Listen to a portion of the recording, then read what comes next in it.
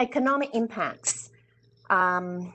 It's still early, and we have seen a lot of great work looking at economic impacts, but I would urge that economic impacts have to go beyond GDP. And distributional impact is very, very important by socio-economic group, and in the case of the US, race, ethnic groups.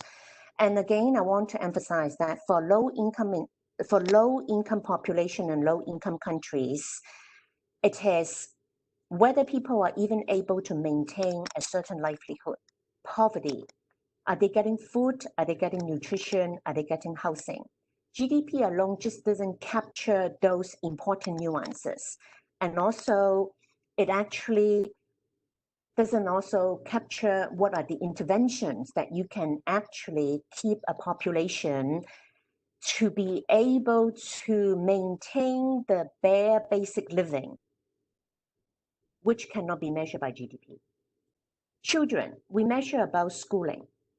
We have to think about the impact on their cognitive and social development, because in the long run, all these are important in affecting the economic development as well.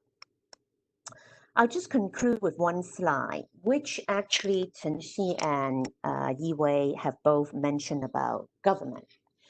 I'm very pleased that Chen Xi's analysis tried to look at coordinated government decision versus non-coordinated, which is very reflective of the US situation. But I think that there's something even a bit more complicated and nuanced. This diagram is a very simplistic portray of the governance structure in China. After SARS, the Chinese government built a very sophisticated reporting system to have direct real-time report from any suspicion of infectious disease that would go to the CDC. But from that point on, the decision-making still has to go through between CDC and the government and the Health Bureau, and in between the Health Bureau and the government, and between each different level of government. I would urge us to think a bit more.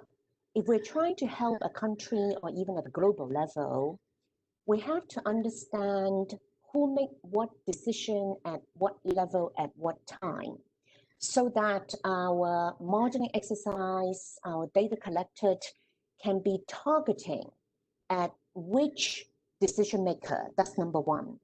And number two, I also want us to think a little bit about a different governance structure would mean that there are different time and delay between something that is reported to some decision making.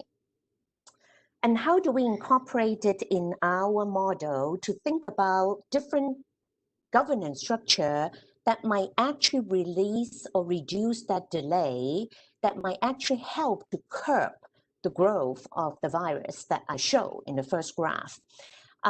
This is a little bit probably further away from what we have been thinking about in epidemiology model and even in economics model. But I feel that if our results are going to be useful and to affect decision making, we have to have a better understanding of the decision structure of it and how we can help to reduce the delay in that governance structure.